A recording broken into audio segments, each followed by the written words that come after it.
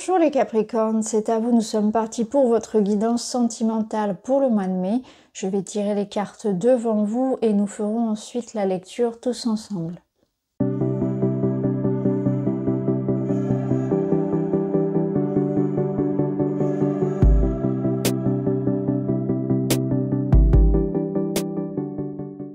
Alors, pour vous les Capricornes, ce mois-ci, c'est le mois de la réconciliation, du choix, du changement.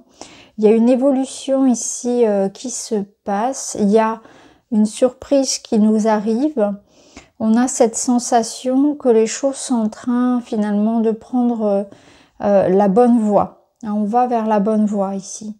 Il y a quelque chose qu'on est en train de régler du passé. Donc il se peut qu'il y ait des histoires du passé qui soient remises au goût du jour pour être réglées. Donc quelqu'un qui revient du passé, mais aussi une guérison par rapport à un pardon que l'on accorde à soi ou à quelqu'un. On sort aussi de cycles répétitifs. Vous faites le choix d'en terminer avec quelque chose qui se répète, qui vous lasse, qui vous ennuie. Il y a une forme ici de recherche, d'amélioration dans votre vie. Vous vous éloignez des conflits, vous vous éloignez de ce qui ne vous convient plus. Vous faites la paix avec le passé. On prend un nouveau départ. Ça va passer par un positionnement, par une affirmation, par des choix. Puisque vous êtes à la croisée des chemins. Arrivé à un carrefour de ta vie, un choix s'impose. Au fond de toi, tu connais déjà la réponse. Donc on voit que vous devez partir, vous devez vous éloigner, vous devez mettre un terme à quelque chose. Il y a des positionnements et des choix qui s'imposent, mais c'est quelque chose que vous avez pris le temps de réfléchir, que vous avez sans doute déjà en tête. C'est pas quelque chose qui va surgir ce mois-ci. Vous savez déjà quel choix, quelle voie, quelle fin vous devez mettre, quel changement vous devez apporter dans votre vie personnelle et relationnelle. Là, vous êtes dans une étape décisive et c'est une carte qui est ressortie dans plusieurs signes. Donc, si vous allez voir vos ascendants, vos lunaires, il est possible que ça concorde avec ce message-là et qu'il y ait vraiment ce positionnement à avoir. Alors, ici, qu'est-ce qu'on a? Ici, on a l'arbre et on a le monde. Donc, le monde, on vous parle bien ici d'un aboutissement, que vous êtes arrivé au terme de quelque chose et vous allez trouver un point culminant dans votre vie concernant votre bien-être et votre épanouissement. Donc il y a quelque chose ici où on atteint son objectif, on atteint un certain niveau de bien-être, d'épanouissement personnel. Il y a une construction qui s'est faite ici avec l'arbre, on voit que votre bien-être sera au centre. Il peut y avoir aussi des préoccupations familiales importantes ce mois-ci. Il peut y avoir des réunions familiales, un événement qui vous touche particulièrement, un recentrage ici sur soi, sur son cocon. Pour certains, on peut y voir aussi un voyage, des vacances, un déménagement, une situation qui évolue aussi. Vous êtes en train de faire des plans à long terme. Il se peut que parmi vous, il y en ait qui décident aussi de déménager, de partir même peut-être à l'étranger. Il y a cette notion d'étranger aussi qui est présente. En tout cas, vous vous projetez, vous prenez des choix importants pour votre bien-être. Vous êtes en train de construire quelque chose sur le long terme. Donc en termes de relations amoureuses, ici on me parle de rencontres pérennes. Donc toutes les personnes que vous seriez amenées à rencontrer ce mois-ci, s'il s'agit d'une histoire d'amour par exemple qui débute, on est sur quelque chose de stable, de pérenne. Il se peut que ce soit en lien avec quelqu'un peut-être d'origine étrangère, mais ça peut être aussi quelqu'un de différent, quelqu'un qui vous apporte une touche de nouveauté, un nouvel air dans votre vie, mais aussi qui vous permet de sortir d'un cycle répétitif. Donc si vous avez connu des déboires amoureux par le passé et que vous avez cette sensation de toujours revivre des choses, toujours d'attirer les mêmes profils, finalement là il y a quelque chose de différent qui a un avenir devant lui, donc c'est quelque chose de prometteur en termes de relation. Et il y a un désir commun et réciproque de construire ensemble. Si vous êtes déjà en couple, eh bien, ce sont des projets pérennes pour le couple. La relation est saine et il est possible qu'on prévoit, voilà, des petites vacances. En tout cas, on arrive à une étape de sa vie dans laquelle on fait vraiment attention au choix que l'on fait et on se priorise. On priorise son bien-être au-delà de toute autre considération. Alors ici, qu'est-ce qu'on a? Ici, on retrouve donc cette notion de positionnement, de choix, d'éloignement par rapport aux situations conflictuelles. On règle quelque chose qui se répète, quelque chose qui nous lasse. Il y a peut-être un conflit ici, soit avec une femme, soit c'est vous, la femme ici, qui s'éloigne de cette situation, qui prend des décisions dans ce sens. Il y a aussi une notion de réfléchir à un engagement, peut-être de transformer une situation, une relation qui était par le départ quelque chose de léger en quelque chose de plus ancré. Hein. Il y a un engagement qui peut-être se réfléchit ici.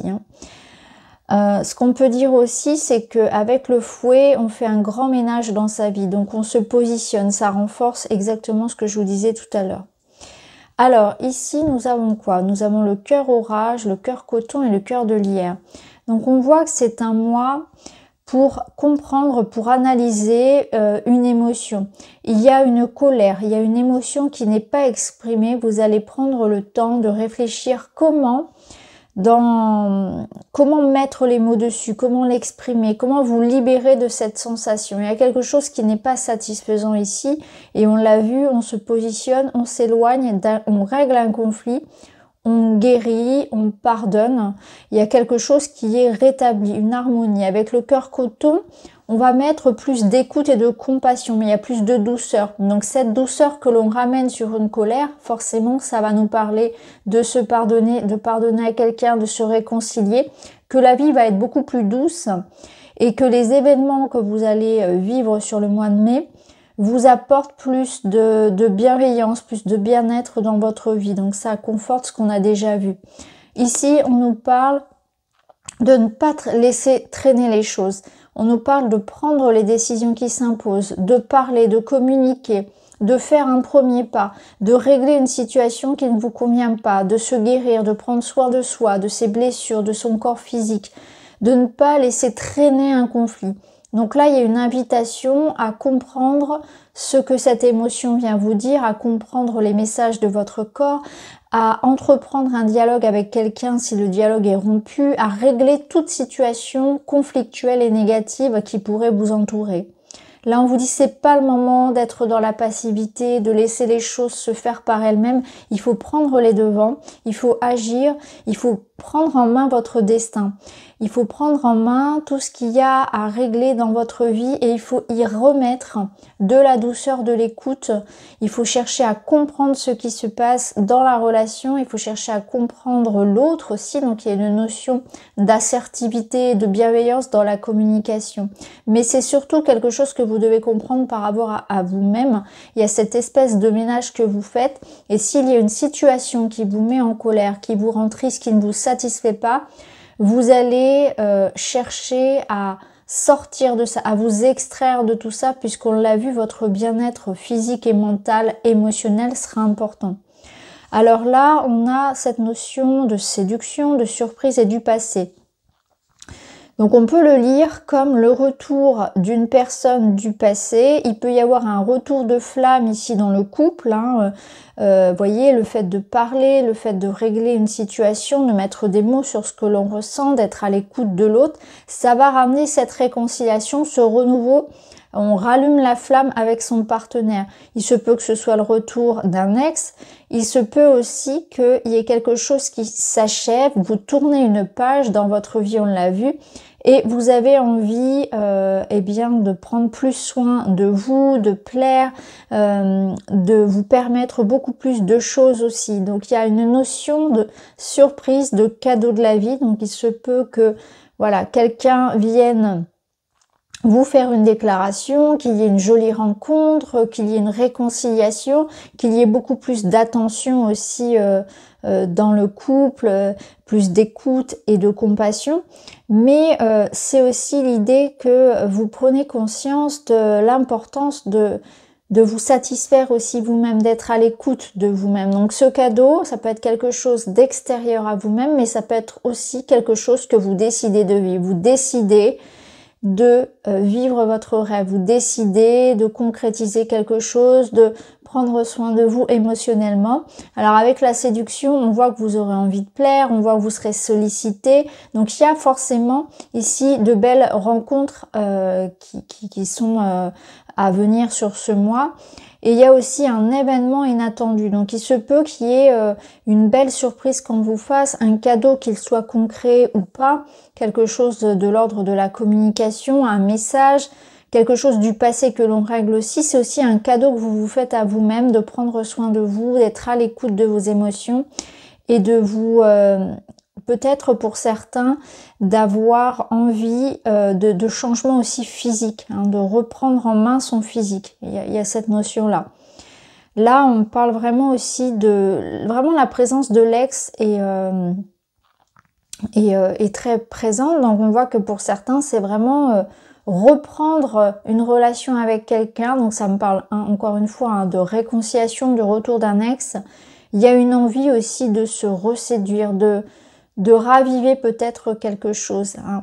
Donc là, c'est pour ça que c'est important de ne pas laisser s'envenimer les choses. C'est important de se positionner, de régler le passé, de voir ce qui vous convient, ce qui vous convient pas. Vous avez un choix important à faire. Alors ce choix, ça peut être bien évidemment de laisser entrer quelqu'un du passé, de laisser revenir quelqu'un dans votre vie, mais pour d'autres, ça peut être quelque chose de très différent. En tout cas, on vous dit qu'au fond de vous, vous savez déjà la réponse.